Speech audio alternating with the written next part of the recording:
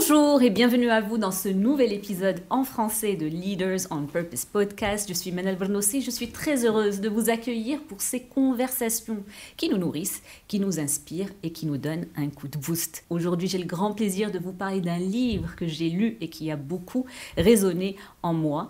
Après L'œil du lion de Wadih Dada, c'est Briser les chaînes avec Nihal Djibli que nous allons explorer ensemble. Femme, maman, dirigeante, entrepreneur et hypnothérapeute, Nihal ne se définit pas par ses différentes casquettes.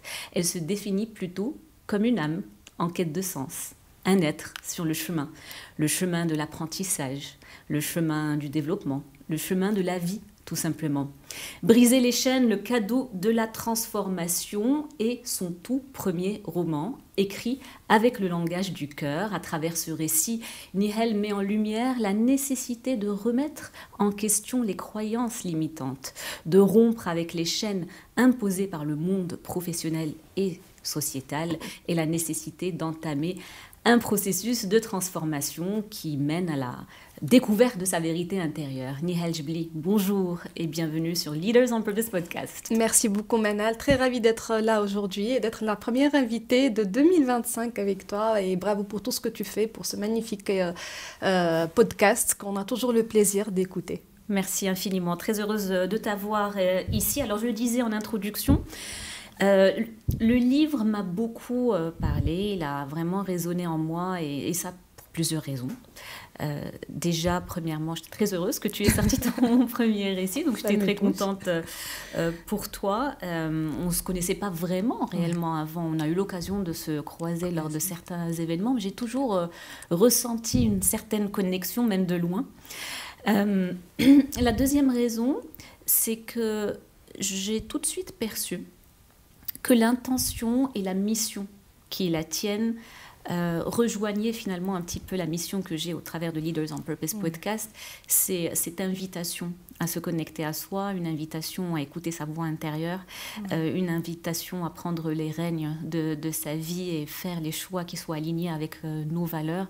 Et puis aussi une autre raison, c'est que tu as fait le choix de mettre en scène des personnages. Alors vrai ou fictif, tu vas nous le dire tout à l'heure, mais en tout cas, on peut chacun et chacune se retrouver et se reconnaître dans ces personnages. Alors peut-être ma première question pour toi, Nihal, c'est quelle est l'intention initiale? Qu'est-ce qui t'a poussé à écrire ce livre? Est-ce qu'il y a quelque chose qui t'a inspiré ou un déclic qui a fait que tu as franchi le pas? Merci Manal pour la question. Alors, on s'est promis d'avoir un épisode authentique et vrai. Et on va se livrer comme ce que j'avais fait dans le livre avec le langage. On va parler le langage du cœur aujourd'hui. C'est ce qu'on va faire aussi à travers cet épisode. Et pour répondre à ça et pour être sincère, quand j'ai commencé à écrire, je ne connaissais pas la destination. C'est un voyage. Donc j'ai démarré, au fait, c'était en novembre 2022 quand j'ai commencé à écrire les premières lignes de ce livre-là. Et j'avais tout simplement besoin de mettre des mots sur des mots. Donc mots, M-A-U-X, tout simplement. Et donc j'avais besoin d'une certaine façon de se libérer de pas mal de choses, d'un vécu à moi, mais pas que. On est entouré de personnes dans le monde professionnel, corpo, qui viennent nous livrer d'une certaine manière des souffrances, nous parler de certains, on va dire, de certains mots au sein de la société, de l'entreprise. Et donc, j'avais une charge émotionnelle, sachant que j'étais passée aussi par un moment très chargé en termes de travail, en termes d'émotions, positives aussi, pas que négatives. Et donc, à un moment donné, je me suis retrouvée, voilà, il y avait plein de choses qui tournaient dans ma tête. Et je regardais autour de moi plein de choses, plein de personnes qui venaient se livrer, partager, se confier tout simplement à moi. Et je sentais ce poids-là, au fait. Et donc, voilà, si ça permet à ces personnes-là tout simplement de venir se connecter à eux-mêmes, de mener ce voyage, parce que même moi, dans l'écriture, c'était mon propre voyage, je me découvrais aussi dedans, etc. Si ça leur permet également de mener ce voyage ou de faire ce voyage, tu sais que c'est comme quand à un moment donné, cette histoire, c'est que comme tu décides à un moment de prendre ton sac et de partir. Mais tu ne sais pas vers où tu vas partir. Quelle destination. Vers quelle destination. Absolument. C'est exactement ça mon aventure de l'écriture de cette histoire et avec l'intention derrière par la suite de tout simplement apporter, contribuer de manière très humble, on va dire, parce qu'encore une fois, je le dis, je le précise dans le livre, je le dis ici aussi, je ne veux pas me positionner, je n'ai aucune casquette, ni experte, ni psychologue, ni hypnothérapeute, c'est vraiment une contribution, une livraison, c'est-à-dire une libération et un partage tout simplement de vécu, d'expérience, de réflexion, d'émotion. Parce que c'est fait vraiment de façon très spontanée aussi. On sent que c'est fait de façon très spontanée. Et pour rebondir sur ce que tu disais, il y a une très belle citation de Rumi qui dit faites le premier pas et le chemin apparaîtra. Exactement. Et c'est un peu cet élan, cette intention que tu as eue. Tu savais que ça venait du cœur, tu ne savais pas où ça allait te mener, mais en tout cas, l'intention, c'était d'accompagner ou de faire accompagner les gens, tout comme toi-même, tu as fait le chemin de briser les chaînes. Alors, avant de rentrer dans le détail des personnages, et c'est vraiment le cœur de notre conversation, j'aimerais bien qu'on revienne sur le parcours, justement. C'est finalement une aventure entrepreneuriale, écrire un livre. Je pense que beaucoup nourrissent l'espoir un jour d'écrire un livre. Ouais. Moi-même, j'en fais partie. J'adore lire. Mes enfants adorent lire. Je trouve que c'est très important. Ça nous emmène à chaque fois dans des voyages mais exceptionnels, quel que soit, toujours à travers le regard de l'écrivain. Comment s'est passé ce parcours? Comment tu pourrais nous emmener avec toi, nous conseiller, toutes les personnes qui un jour espèrent écrire leur propre livre? Quelles sont les étapes par lesquelles tu es passé, le conseil que tu pourrais donner? Alors, je commencerai par dire briser vos propres chaînes. Oui, déjà pour commencer. Ouais. Non, mais je reviens dans le détail de cette aventure parce qu'effectivement, tu l'as bien dit, Manal, c'est une aventure entrepreneuriale, mais au départ, elle n'a pas commencé comme ça. Encore une fois, ça a démarré par l'envie de partager, d'écrire. J'ai écrit pratiquement 80% du livre entre novembre 2022 et février 2023. Donc, je me livrais les soirs, une fois les enfants couchés, que j'ai rempli toutes mes préoccupations, enfin dire toutes les fonctions que je devais faire, tous les rôles, etc. de la journée. Je rentrais, j'ouvrais mon ordinateur et je trouvais beaucoup de plaisir. Et au fait, moi, ma manière d'écrire, c'est très simple. J'écrivais toujours, même avant, des bouts de choses par-ci, par-là, mais j'ai jamais écrit de cette façon, en tout cas, dès le départ. C'est-à-dire, j'ai construit tout simplement le récit. C'est-à-dire, je me suis, dès le départ, j'ai créé les personnages. Donc, j'ai créé le personnage de Jade. Jade, c'est qui? Elle est mariée à qui? Je lui ai donné une vie, tout simplement, Jade, à qui est le personnage principal du livre.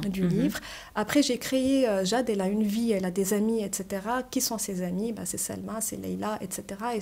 Et chacun, justement, a un contexte, a une vie. Et j'ai commencé à raconter tout simplement tous ces problèmes-là qu'on voit autour de nous à travers la voix, tout simplement, de chacun de ces personnages. Ouais.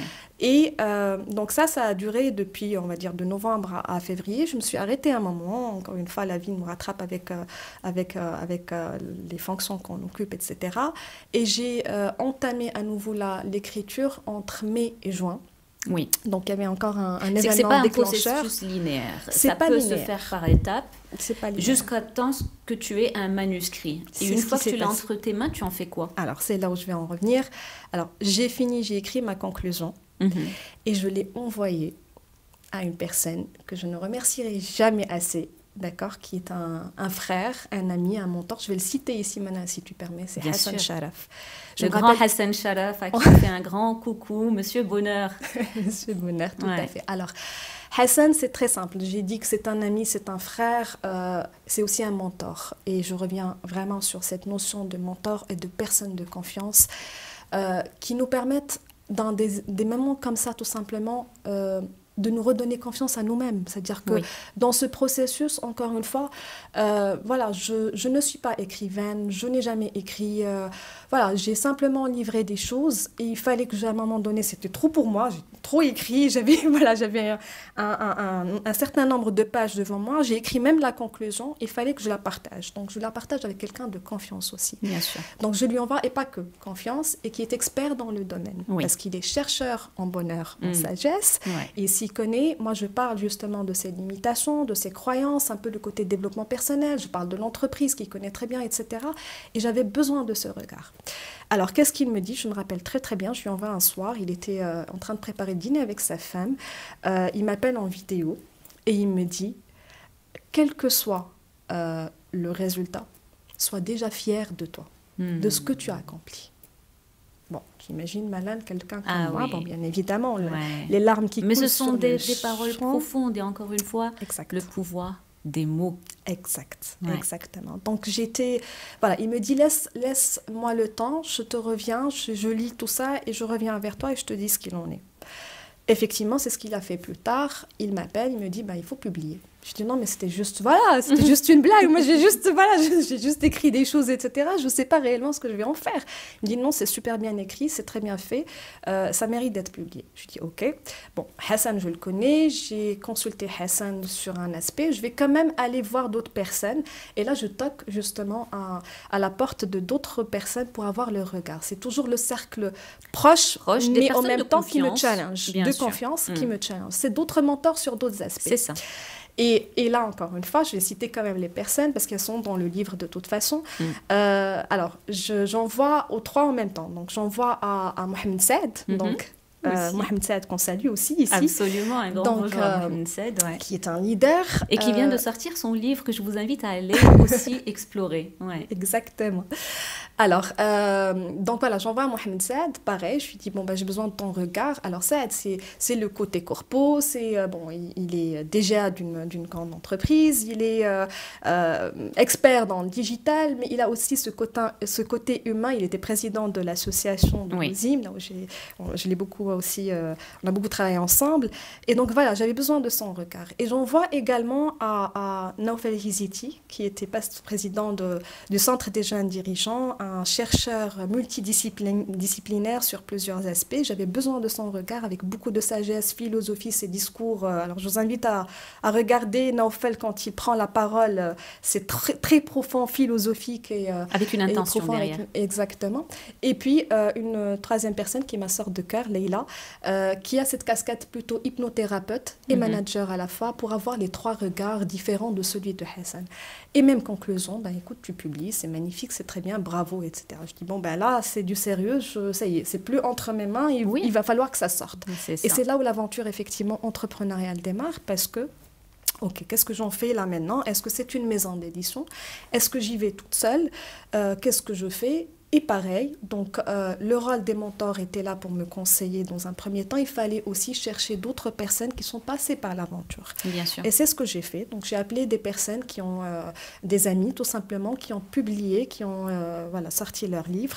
J'ai pris des conseils par-ci, par-là et j'ai finalement pris ma propre décision parce qu'il y a ceux qui ont édité à travers des maisons d'édition et il y a ceux qui ont fait le chemin de l'auto-édition. Peux-tu nous préciser très brièvement la différence, c'est-à-dire quelles sont les implications de l'une et l'autre? Alors, quand on publie à travers une maison d'édition, la maison d'édition s'occupe justement de mettre en place le livrable, de le corriger, de le designer, de le mettre dans le circuit de promotion. Elle s'occupe de tout. C'est-à-dire que le rôle de l'écrivain s'arrête au moment où il a écrit, il a livré son manuscrit. Et c'est la maison d'édition qui fait tout le reste. Bien évidemment, il participe à la promotion, il participe aux événements, etc.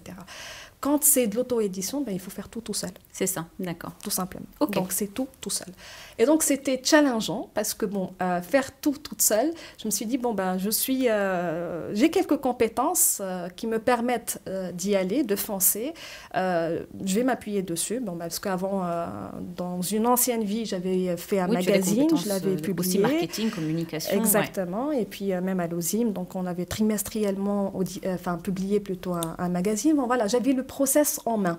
Donc, le process, le réseau, la facilité, etc. pour le faire. Et donc, du coup, je me suis dit, je vais me lancer. Et j'ai mis tout simplement mon rétro-planning en place. Je travaillais sur le Trello comme un vrai projet, avec vraiment des deadlines, avec les personnes, l'équipe qui va m'aider à travailler sur ça. Et elles sont nombreuses que je ne remercierai jamais assez aussi dans cette aventure-là, jusqu'à justement au moment du reveal du livre qui s'est fait le 27 février, bientôt un an.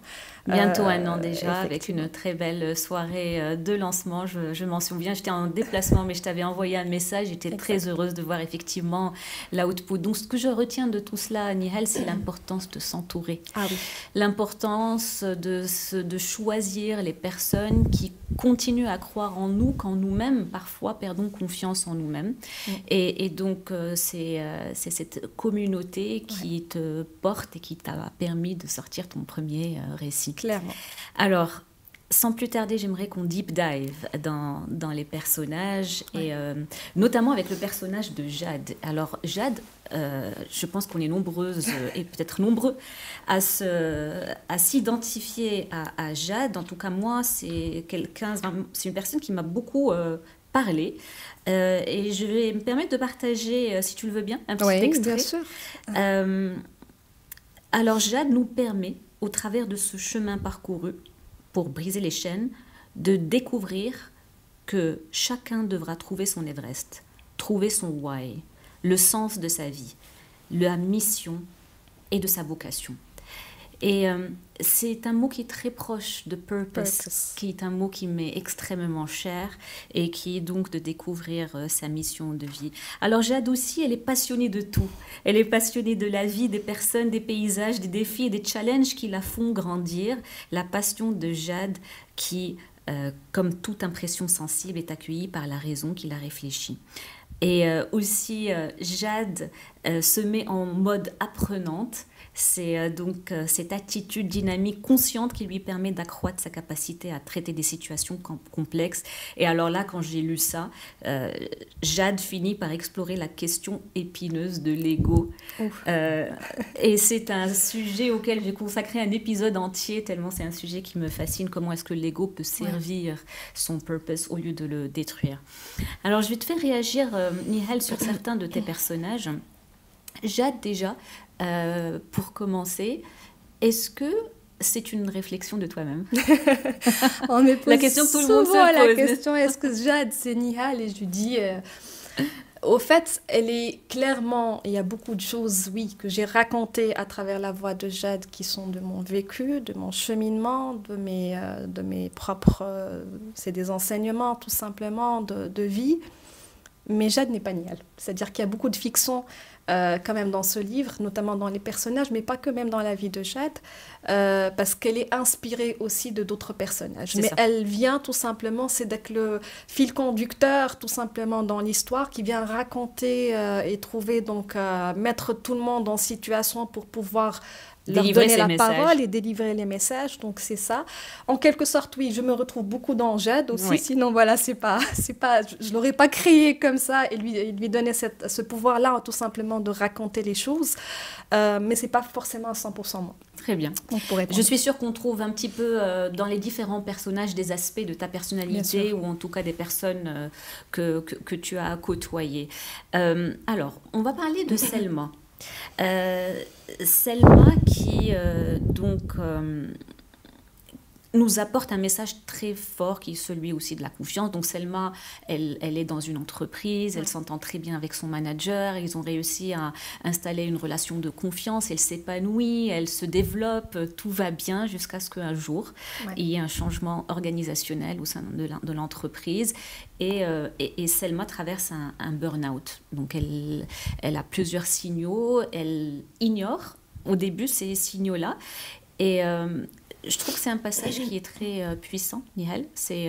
Ça touche à une réalité universelle, mais aussi très sensible, intime, parce que le burn-out force les gens à faire face à leurs propres limites, à faire face aussi à accepter ces limites-là face aux ambitions que l'on a. Et c'est souvent une lutte silencieuse. Comment est-ce que tu as construit ce personnage, et est-ce qu'il y a des éléments ou des réflexions qui t'ont particulièrement touché, des messages que tu souhaites passer?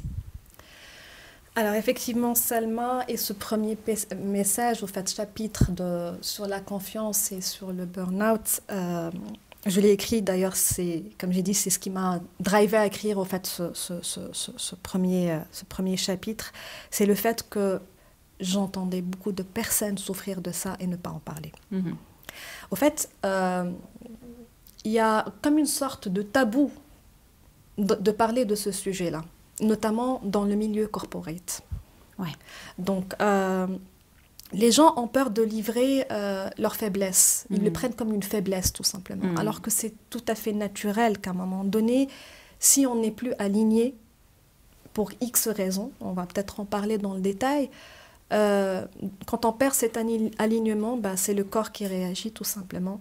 Et le corps réagit. Bon, le burn-out est une manifestation tout simplement du corps tout simplement et du mental. Quelque chose. Et c'est un signal on fort. peut le prendre comme un cadeau aussi. Alors c'est dur sur le moment, ouais. Mais le prendre comme un cadeau qu'il est temps d'aligner un certain nombre de choses. Exact. Et j'en parle plus loin quand je dis il va falloir changer des paramètres dans sa vie. Effectivement, à chaque fois où on n'a pas cet alignement-là, c'est un appel à changer quelque chose, un paramètre. Et tu as dit un mot qui est très bien, Manal, qui est le cadeau. Donc ces épreuves-là par lesquelles on passe, qui deviennent des cadeaux au fait pour nous transformer, pour changer quelque chose. Et là encore, je vais citer une personne qui avait donné un conseil fort à un moment donné, très puissant en fait, il y a quelques 3-4 ans. C'est Dr Najil Amjad, que je salue aussi à travers ton podcast, et qui a écrit aussi son livre, qui nous a un jour dit, je vais le dire en arabe et on va le traduire, al-mihna minha. Donc, al-mihna, qui veut dire que quand on passe par une épreuve difficile, une crise, etc., elle devient un cadeau. Elle devient un cadeau pour se transformer, pour briser justement des choses, pour changer des paramètres. Et ce qui se passe dans la vie de Salma, c'est tout simplement, effectivement, elle était bien, elle était épanouie, elle était contente, elle était heureuse, etc. dans son travail. Et d'un coup, changement, elle perd confiance en elle. La confiance au sein de son entreprise n'y est plus. Petit à petit, donc, au fait, elle commence à analyser, on parle d'un événement, donc c'est généralement des événements déclencheurs en fait, du burn-out, d'un déclic. Donc, c'est des événements, on leur donne un sens à ces événements-là, et derrière, il y a des émotions qui se déclenchent. La difficulté, c'est que quand on reste trop longtemps dans des émotions, telles la colère, la frustration, la déception, etc., toutes ces émotions, je ne vais pas les qualifier de négatives, parce que selon moi, en tout cas, il n'y a pas d'émotions négatives, il y a des émotions qui sont là pour nous enseigner quelque chose, et la colère en elle-même, c'est une émotion qui nous enseigne des choses, il va falloir travailler dessus. Alors, ce qui se passe souvent, c'est qu'on reste trop souvent dans ces émotions-là, sans agir. Oui. Et là, je reviens à une notion qui me tient vraiment à cœur, et énormément, qui est celle de acteur ou spectateur de sa vie. Et j'en parle tout au long du livre avec ces personnages-là. Et Selma, justement, ce qui s'est passé, c'est qu'elle était restée trop longtemps spectatrice de son destin. Oui. Elle n'a pas agi.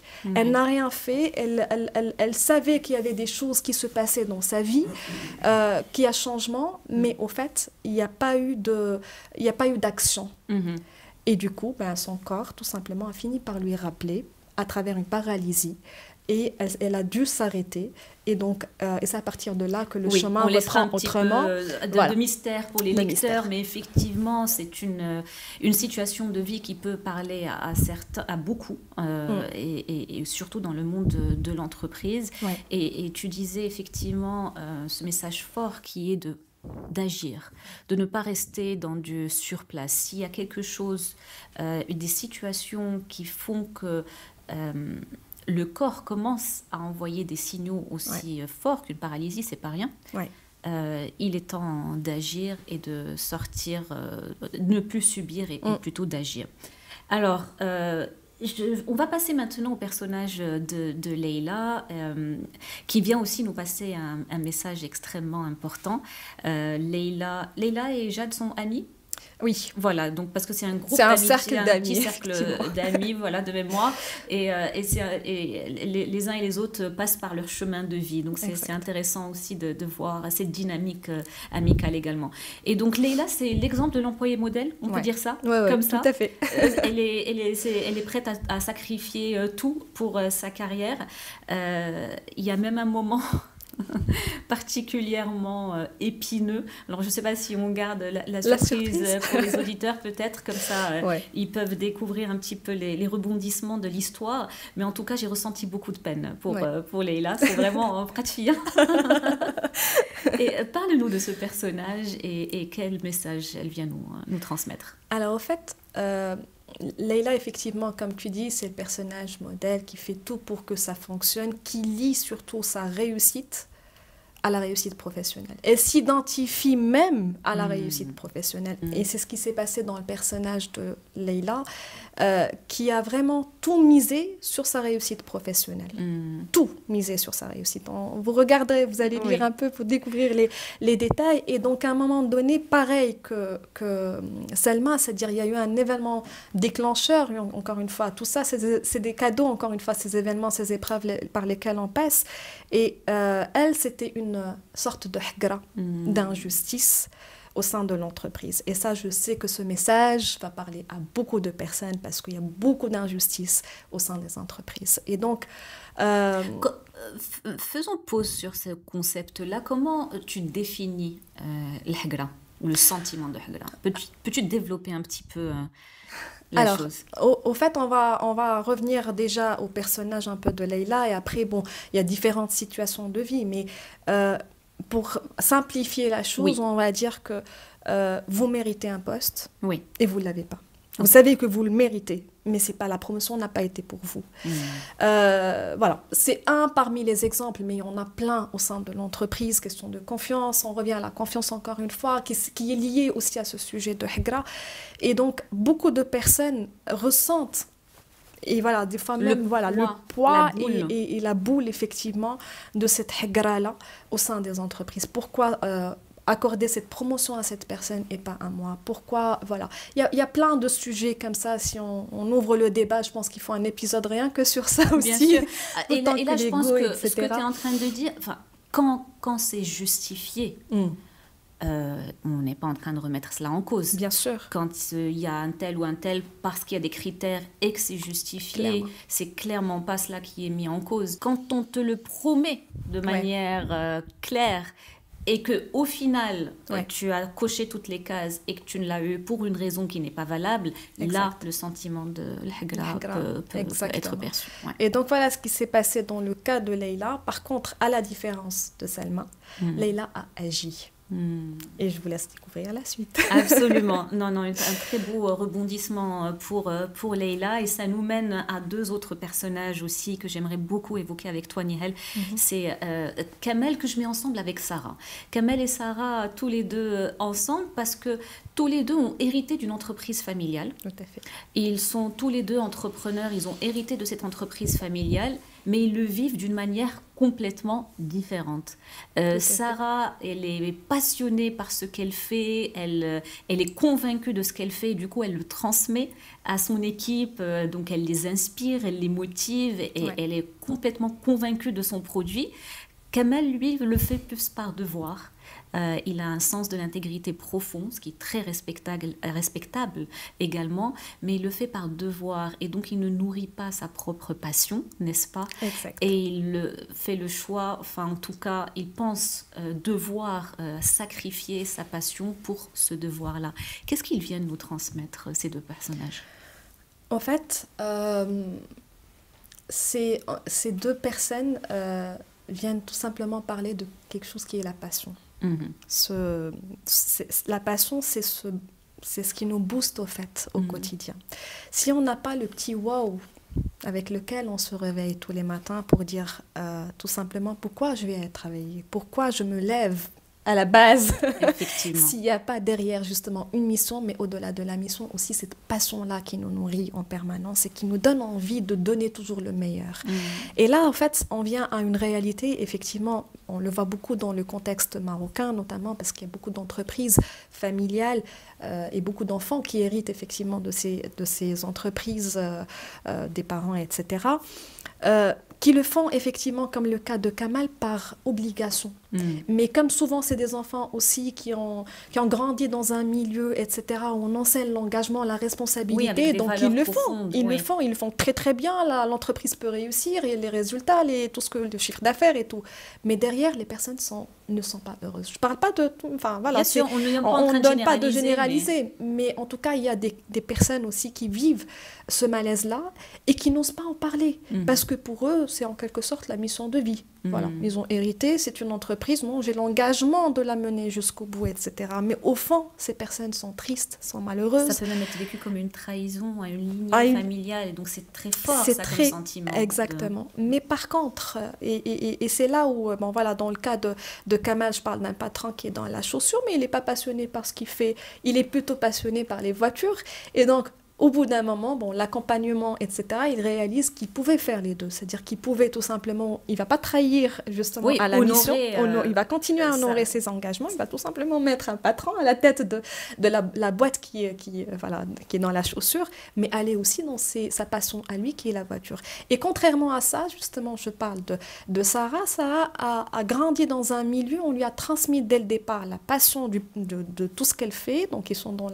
le bien-être et les cosmétiques, etc. Et tout, voilà, elle trouve du sens. Elle trouve du sens justement à ça. Voilà, exactement, c'est ça le mot. C'est qu'elle trouve du sens du matin au soir à tout ce qu'elle fait. Elle est capable de parler de son produit et le vendre d'une manière incroyable parce qu'elle donne du sens à tout petit détail. Du purpose plus la passion. La passion, les deux ingrédients nécessaires pour trouver de l'épanouissement dans ce qu'on fait.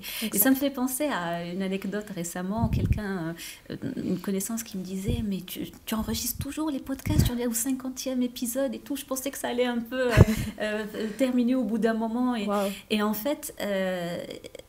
la réponse que j'ai donnée spontanément, c'est ça, c'est quand tu es aligné à ta mission de vie et quand tu as la passion, c'est quelque chose qui me passionne, c'est-à-dire que quand je prépare un épisode ou tout le process, je prends du plaisir, vraiment du plaisir de bout en bout à faire ça, et ben c'est ça ton moteur. Par contre, quand l'ingrédient passion n'est pas là, ben forcément ça va s'éteindre au bout d'un moment. C'est-à-dire vous allez peut-être donner le coup d'accélérateur du départ, mais au bout d'un moment ça va un petit peu s'essouffler, sauf s'il y a ces deux ingrédients-là, auquel cas vous êtes parti pour une bonne période. Exactement. Alors, Zayn, il vient nous éclairer sur le sujet de l'ego.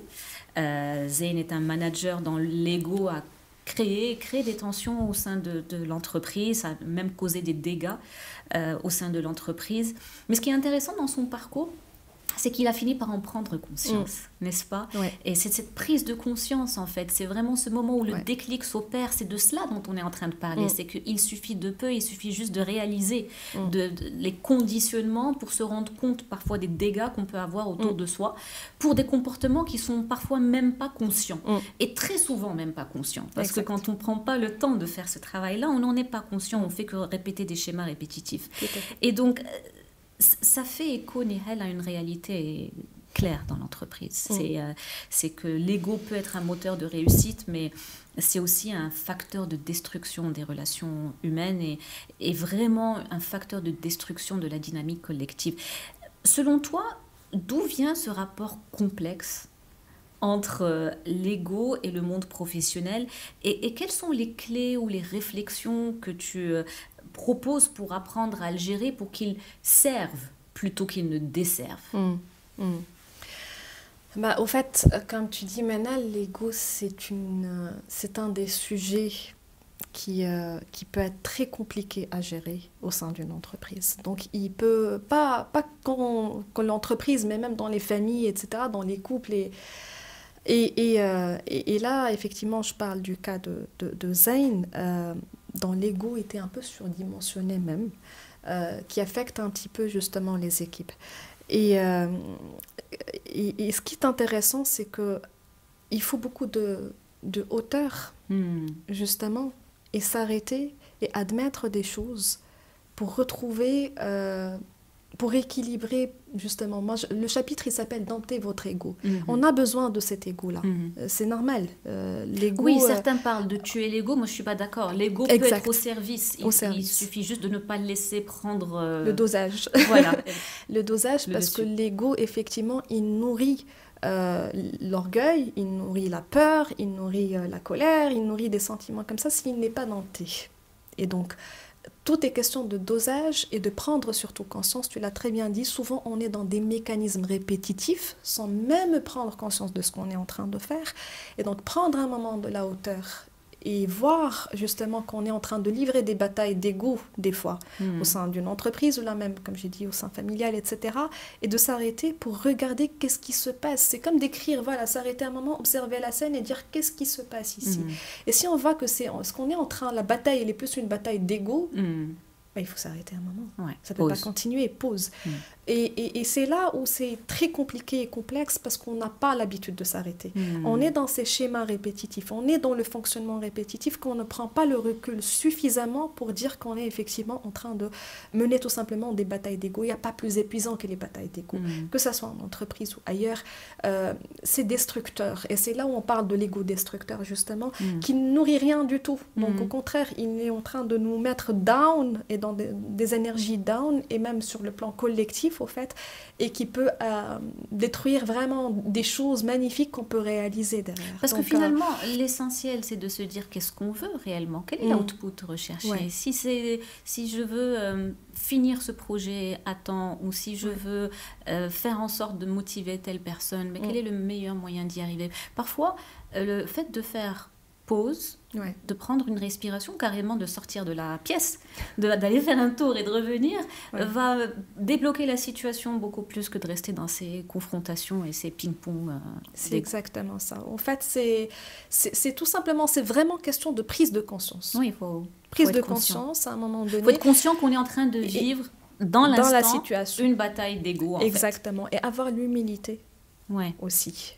Donc justement, l'humilité nous permet de s'arrêter au bon moment. Et si on n'est pas capable de s'arrêter, c'est qu'il y a encore des blessures. C'est ça. Qui ne sont pas guéries. Et là encore, c'est des indicateurs. C'est des indicateurs les choses sur lesquelles il faut qu'on travaille. Et souvent, c'est ça. La bataille, au fait, d'ego, c'est une bataille de blessures qui ne sont pas guéries entre deux personnes. Il titille chez toi, il active chez toi, au fait, quelque chose qui n'est pas guéri.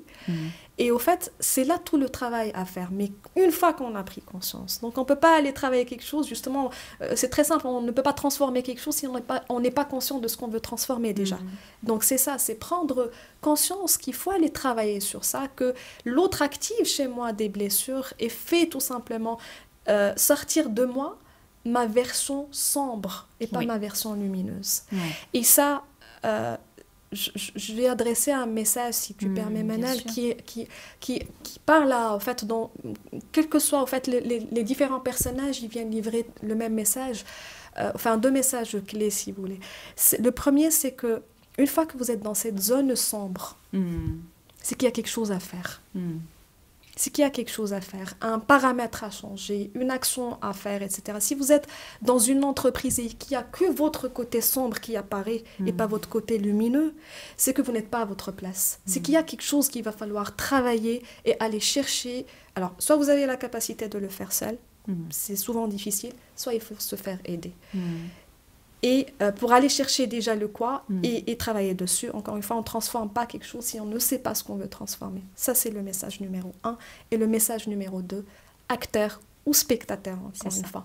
On ne subit pas. On arrête de subir. Quelle que soit la situation, on arrête de subir. On prend les choses en main. On est acteur de notre destin. On est acteur de notre vie.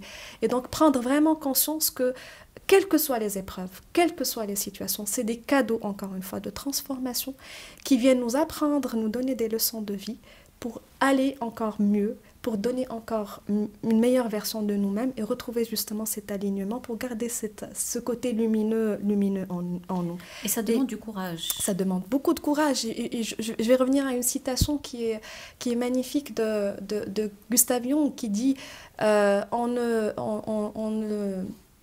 ne devient pas lumineux en regardant la lumière, mais en traversant nos propres ténèbres. C'est aussi simple que ça.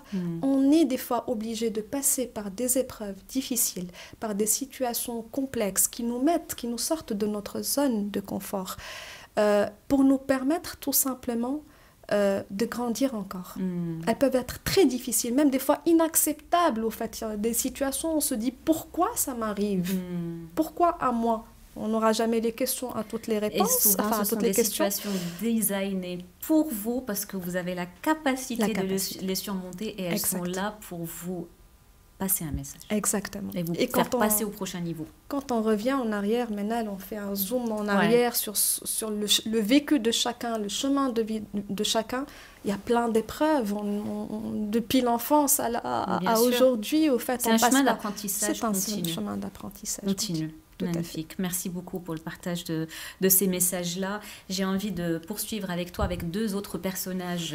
Je vois que l'heure tourne et il sera bientôt le temps pour nous de finir l'épisode. Mais avant cela, j'aimerais parler de Sabrine. Alors, Sabrine, elle apporte un message extrêmement important qui est celui de la perception, les différences de perception. Et là encore, ça peut être source de tellement de discorde et de conflits. Alors, Sabrine, rapidement pour nos auditeurs, elle fait partie d'un groupe d'amis, donc du groupe d'amis de Jade et des autres. Et ils ont l'habitude de se retrouver tous les samedis, n'est-ce pas? Et elle, dans son parcours, elle connaît une ascension fulgurante, elle devient une personnalité publique, elle est start-upeuse. Et donc, elle devient connue. Donc, peu à peu, son chemin de vie fait qu'elle n'assiste plus, au moins, au rendez-vous hebdomadaire. Et ses amis, de leur perspective, ils respectent ce choix, ils sont contents pour elle parce que ça évolue bien pour elle et comprennent qu'elle ne puisse pas être autant disponible. Elle, en revanche, le vit comme une trahison. Tout à fait. Et là, on a ces différences de perception parfois. Et je montrais l'autre jour à mes enfants, c'est marrant, tu sais, cette image qui est très connue, je pense, sur les réseaux sociaux, où il y a 2 personnes face à face, et il y a un grand 6 de mon côté. Sauf que toi, tu le vois et tu vois un 9, tu me dis c'est un 9. Moi, je le vois et je te dis non, c'est un 6. Les 2 sont vrais, chacun sa vérité, mais c'est une question de perception. Qu'est-ce qu'elle vient nous transmettre et qu'est-ce que tu peux nous dire surtout sur ce message de perception dans le contexte de l'entreprise? Alors, tu as très bien décrit la situation de Sabrine. J'ai absorbé le livre tellement il m'a parlé. Bravo, parce que ça me fait vraiment plaisir, Manel. Et au fait, effectivement, à travers le personnage de Sabrine, je dis une phrase dans le livre qui dit que ne dit-on pas que... on dit souvent que les apparences sont trompeuses.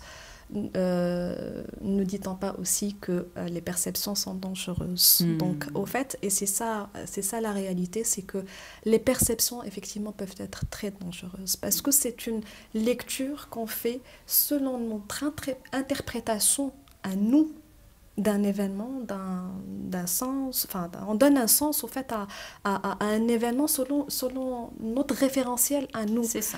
Et donc, mon référentiel à moi, maintenant, n'est pas le tien, n'est pas celui de X, etc. Et donc, on vient donner une lecture selon ma perception à moi de la chose. Et donc là, ce qui se passe, c'est qu'à un moment donné, effectivement, ça peut être source de conflit. Et si l'entreprise base des décisions sur cette base-là, enfin, sur les perceptions, effectivement, ça peut être très dangereux. Et donc, c'est une question très difficile parce que quelle est la part de réalité? Encore une fois. Elle est où la réalité? C'est ça. Et donc, là aussi, c'est une invitation à faire pause, à se poser les questions, à s'interroger sur... À communiquer aussi. À communiquer, parce que ce qui se passe souvent, c'est que chacun a sa perception de la réalité. Et on fait une... peut avoir même une position, et il prend une décision en fonction de ça, et comme le cas ici des personnages, enfin, l'un se met complètement en retrait, l'autre pour eux c'est tout à fait normal, elle réussit sa vie, elle a d'autres préoccupations, pour elle c'est une trahison, ils l'appellent plus dans le groupe, ils prennent plus... ces nouvelles, alors qu'en réalité, il fallait juste s'asseoir tout ensemble et discuter et communiquer pour briser justement encore une fois cette perception-là qui est faussée par des données qui ne sont pas réelles, parce que chacun a monté dans sa tête un scénario et a lu, a donné une interprétation à l'événement, tout simplement, ou à donner un sens. Donc, tout simplement, moi, je trouve que le plus simple dans des situations comme ça, quel que soit au fait l'environnement, en entreprise encore plus, c'est de s'asseoir, c'est d'ouvrir cette porte à la communication, de dire les choses, de ne pas avoir peur, de mettre justement des mots, tout simplement, pour décrire les situations et arriver à des solutions. Parce que, voilà, le but, c'est de faire... c'est que ça puisse rouler, tout simplement. Absolument. Finalement, l'objectif, c'est ce que tout le monde recherche, c'est que les choses puissent rouler. Alors, on va terminer avec Nasser, si tu veux bien. Alors, Nasser, lui, Je pense qu'il va parler à beaucoup de personnes Ah aussi. oui. Et beaucoup d'hommes, hein, bizarrement. Beaucoup d'hommes, de femmes, je pense qu'on De est tous femmes dans le aussi, même lot. oui, oui, oui, oui. Où il traverse une période où on peut dire qu'il a perdu la flamme dans les yeux. Il a perdu goût à ce qu'il fait. Il n'a plus de plaisir dans son travail. Cette étincelle, en tout cas, c'est éteinte. Et je pense que ce sentiment de vide et de stagnation peut parler à beaucoup de personnes. Et dans ce chapitre, j'aime beaucoup, tu as introduit le concept de reset et restart. Oui. Est-ce que tu pourrais nous expliquer un peu plus ce concept-là et comment, selon toi, raviver la flamme une fois qu'elle a été perdue? C'est un chapitre qui, comme le premier, il me tient énormément à cœur. Au fait, quand je l'ai écrit, j'avais beaucoup de plaisir à l'écrire, tout simplement. Et effectivement, je reviens... Ça, par contre, oui, effectivement, c'est beaucoup de situations de vie que je vois autour de moi et de personnes autour de moi, quel que soit l'âge. Et je prends l'exemple de Nassa, qui a 50 ans, qui est entrepreneur, qui, pour certains, peuvent se dire « Allez, ça y est, j'ai 50 ans, il était bien, il avait un poste, il avait un confort financier, il avait tout ce qu'il fallait pour que voilà, continuer sur ce chemin-là jusqu'à... Enfin, voilà. Mais il décide quand même de rompre avec tout ça, de sortir de sa zone de confiance, parce qu'il y a des paramètres qui ne répondent plus, justement, et qui font qu'il n'est plus aligné. Il a mal quelque part, il n'est pas bien quelque part, il y a ce vide, il souffre en silence, et malgré tout l'entourage, tous les conseils de l'entourage, il a quand même tenu, il a eu le courage d'aller investir et d'aller commencer à nouveau une nouvelle aventure qui demande justement du courage. Et ça, on le voit souvent justement des personnes qui, à un moment donné, ne savent pas. Ils se sentent mal, ils sont dans des situations, notamment la vérité après Covid, là, on le voit souvent. Véritable prise de conscience véritable pour beaucoup, effectivement. Voilà. Et à un moment donné, on se dit, c'est une recherche tout simplement, la quête justement de sens qui est là aussi, Manal. La quête de sens, ok, j'ai travaillé, j'ai fait des choses, etc. Mais s'il n'y a plus cette quête, ce sens-là dont on a parlé tout à l'heure, et la passion justement derrière, à un moment donné, les gens forcément, ils s'arrêtent, ils disent, il y a quelque chose qui ne va pas. Alors, soit ils restent spectateurs, et ils font rien, ils sont mal, ils continuent à l'être jusqu'à arriver justement à des burn-out, à des situations difficiles, ou des dépressions, des angoisses, etc. Où ils prennent les choses en main. Et là, justement, ils activent le restart, le reset, restart. Alors, quand je parle de reset, restart, bon, c'est un peu, je viens aussi du monde du digital et informatique. Donc, je parle beaucoup des fois du monde binaire, de reset, restart, etc. C'est dans le sens où, tout simplement, on vient changer les paramètres qu'il faut changer. C'est pas tout changer. Tout n'a pas besoin d'être changé dans notre vie. Mais il y a certainement, encore une fois, des paramètres particuliers. On s'arrête, on regarde, on observe, on comprend et on agit. Voilà. C'est le process, il est le même quelle que soit la situation. C'est prendre conscience et agir par la suite. Donc, c'est aussi simple. Agir en conscience. Ben oui, c'est quand on prend conscience en fait que la vie est courte, quand on prend conscience que la vie est précieuse, que c'est un cadeau. On prend aussi conscience qu'il n'est pas nécessaire de la vivre dans la souffrance et que prendre le temps d'aligner ses actions, ses choix, avec ce qui parle profondément à chacun de nous. Et c'est différent. Ça peut être différent pour moi, ça peut être différent pour toi, ça peut être différent pour vous. Mais l'idée, c'est simplement de se dire, nous sommes là une fraction de seconde dans le temps absolu. Exact. Cette fraction de seconde, qu'est-ce que je veux en faire? Quelle marque je veux laisser? Quelle trace, quelle empreinte je veux laisser? Et qu'est-ce que j'en fais à partir de là? Et donc, c'est ce qu'il vient nous montrer. C'est un très beau message que Nasser et que tu nous passes à travers Nasser Nihal. Alors, on arrive bientôt à la fin de l'épisode, Nihal. J'ai vraiment pas senti le temps passer. Peut-être, avant de te poser les 3 fameuses questions que je pose à tous mes invités, j'aimerais te poser 2 questions avant. Pour toi, quels sont les paramètres d'une entreprise alignée? Quels seraient les ingrédients d'une entreprise on purpose? Alors, bonne question, parce que je pense qu'il y a beaucoup d'entreprises qui se cherchent en ce moment, notamment avec tout le bouleversement, enfin, dans ce monde VUCA dans lequel on vit. Et je pense honnêtement qu'on est dans une phase exceptionnelle de notre chemin, on va dire, où la fonction de RH même va devoir évoluer. Elle ne peut plus être comme avant parce qu'on en a parlé, post-Covid, Covid est passé par là, prise de conscience pour beaucoup. On parle du télétravail, mais il y a ceux qui se retrouvent dans le télétravail, d'autres non, d'autres qui veulent une certaine liberté, flexibilité, d'autres qui ont besoin du cadre, etc. Et donc, on n'est plus dans l'entreprise qui peut répondre tout simplement à tout le monde d'une certaine façon. Et donc là, aujourd'hui, il y a tout simplement un paramètre important qui doit rentrer en jeu, c'est les aspirations de chacun.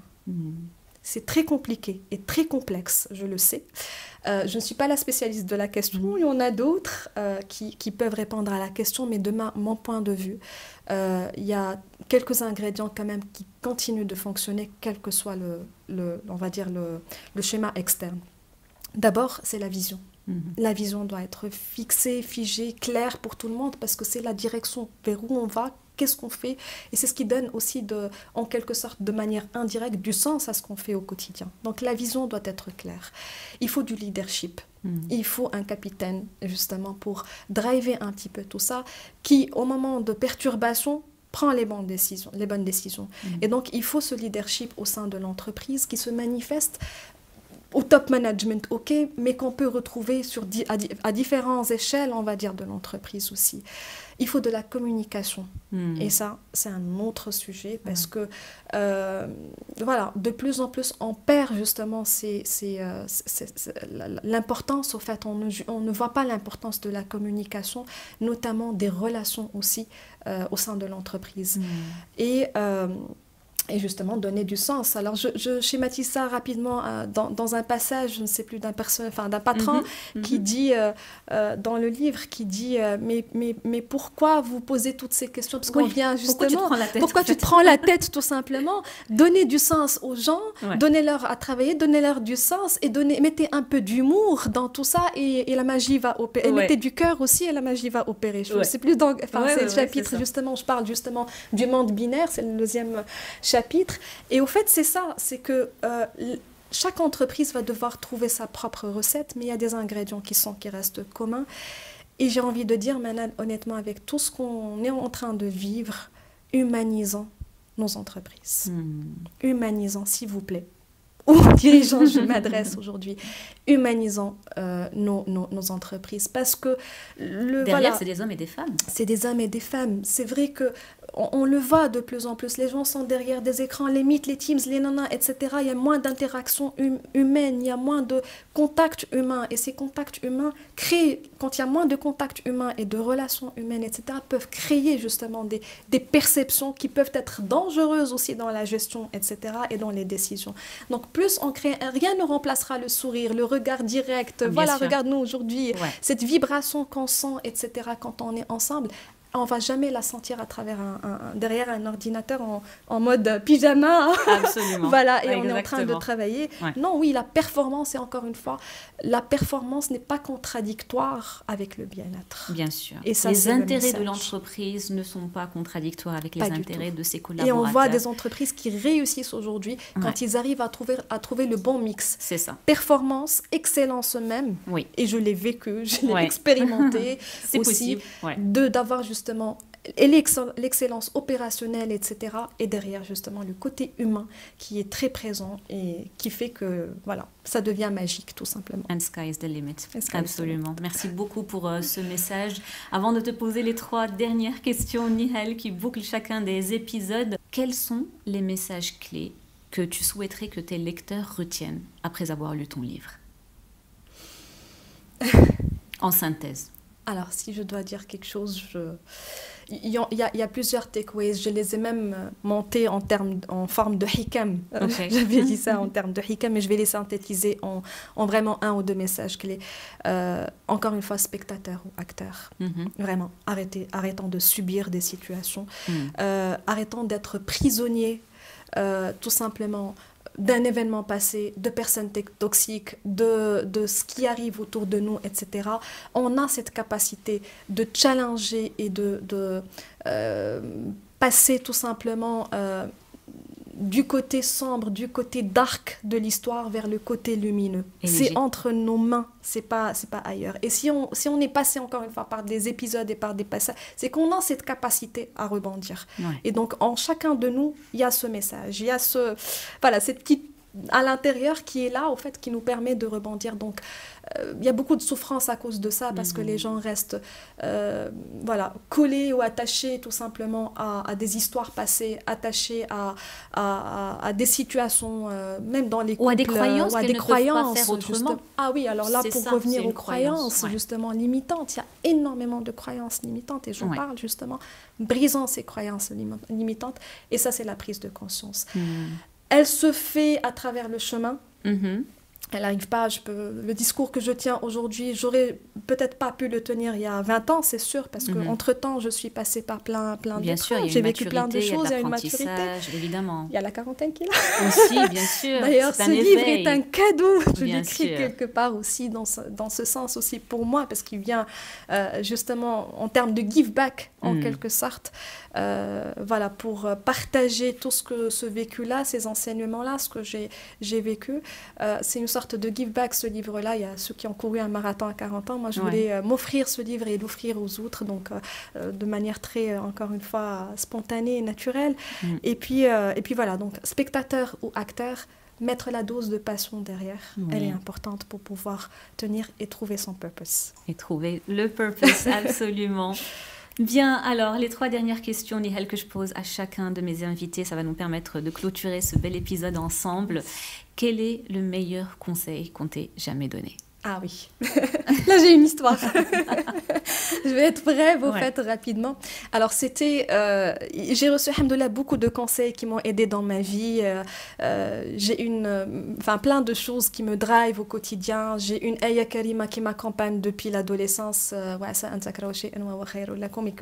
laquelle je reviens à chaque fois où je passe justement par des épreuves où je n'arrive pas à comprendre pourquoi ça m'arrive. Enfin, il n'y a pas de pourquoi. Voilà, il faut accepter des fois des choses et aller au-delà. L'explication viendra peut-être plus tard ou pas, mais en tout cas, voilà, il y a un enseignement fort dans cette ayah, en tout cas, qui me parle beaucoup. Et un jour, c'était mon anniversaire. La personne, je ne lui ai jamais raconté ça, je vais dire live là. Je reçois un message et la personne m'avait écrit « Be you ». Je lis et je dis c'est quoi ? Pourquoi je ne suis pas moi-même ? Au fait, j'avais eu un bug, vraiment, la première fois que j'ai lu le message. J'ai dit, mais la personne, elle me connaît très bien, mais pourquoi elle m'écrit « Be you » ? Je ne suis pas moi-même, je ne suis pas naturelle, je suis partie dans un délire. Et après, je m'arrête et je reviens relire plus tard un peu le message, je dis « Be you » parce que ça m'a intriguée, « Be you ». Et j'ai compris que tout simplement, la personne voulait me dire « Reste toi-même ». Bien sûr. Reste authentique. Et au fait, ça, c'est un des plus beaux messages que j'ai reçus aussi. Pourquoi ? Parce qu'on porte souvent des masques, Manal, dans différentes situations, et notamment, encore une fois, en entreprise, où on vient le matin, barricadé, on n'a pas envie qu'on nous découvre sur plein de non, il faut que je sois comme ça, le cas de Leïla, par exemple, etc. Et non, l'authenticité est un autre mot qui m'est cher. Que je partage ici. Très bien. Alors, quel est le pire conseil qu'on t'ait jamais donné ? Ils sont drôles, ceux-là aussi. Ouais, alors, je pense que j'ai une mémoire un peu sélective. Elle préfère oublier des choses. mais pareil, c'est un peu lié à l'authenticité, mais différemment. C'est-à-dire que c'est la personne qui te dit ne montre pas ta vulnérabilité. Ben non, ma vulnérabilité est une force. Bien sûr. En fait, au départ, je ne le comprenais pas, Manal. Mais ma vulnérabilité aujourd'hui est ma force. Mes émotions, c'est mes guides. Je ne peux pas, c'est pas des freins, c'est des guides. Donc oui, des fois, dans des situations, je pleure si j'ai besoin de pleurer. C'est pas grave. Bien sûr. C'est au contraire, on est humain, encore une fois, pour revenir à ça, pour dire que on est humain.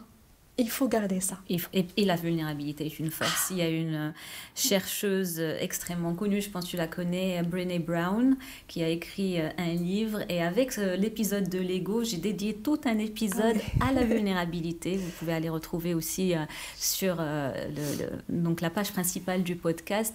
Et elle disait dans sa recherche, les plus grandes preuves de courage se sont traduites par des moments de vulnérabilité. Et tout ça est documenté avec des recherches vraiment profondes. C'est une dame qui est reconnue dans son domaine. Mais c'est, encore une fois, pour créer le lien entre vulnérabilité et courage et force. Alors, troisième et dernière question, Nihal, si tu avais le pouvoir, par magie, d'imposer une règle, un principe, une loi que tout le monde, absolument tout le monde, devait respecter, quelle serait-elle ? De s'engager dans cette voie de découverte de soi-même, de ne pas justement rester encore une fois spectateur, mais acteur. Magnifique. De ce voyage intérieur pour se découvrir en profondeur. Ça fait le lien avec ta signature. Briser les chaînes, le cadeau de la transformation, c'est vraiment le livre que je vous invite à aller vous procurer. On vous mettra dans les notes de l'épisode toutes les informations sur les lieux où vous pouvez le retrouver. Le site web Lady Inspire. Nihal, merci infiniment pour cette conversation riche, pour cette conversation qui vient du cœur. J'ai pris beaucoup de plaisir à échanger avec toi et à découvrir ces personnages. Et merci également à vous de nous avoir rejoints pour cet épisode. Si cet échange vous a plu, pensez à le partager avec vos proches, à laisser un commentaire ou une note pour continuer à faire rayonner ces messages qui nous touchent tous. Je vous donne rendez-vous dans 2 semaines pour un nouvel épisode. D'ici là, prenez le temps d'écouter votre voix intérieure et surtout, prenez soin de vous. Merci encore et à très bientôt.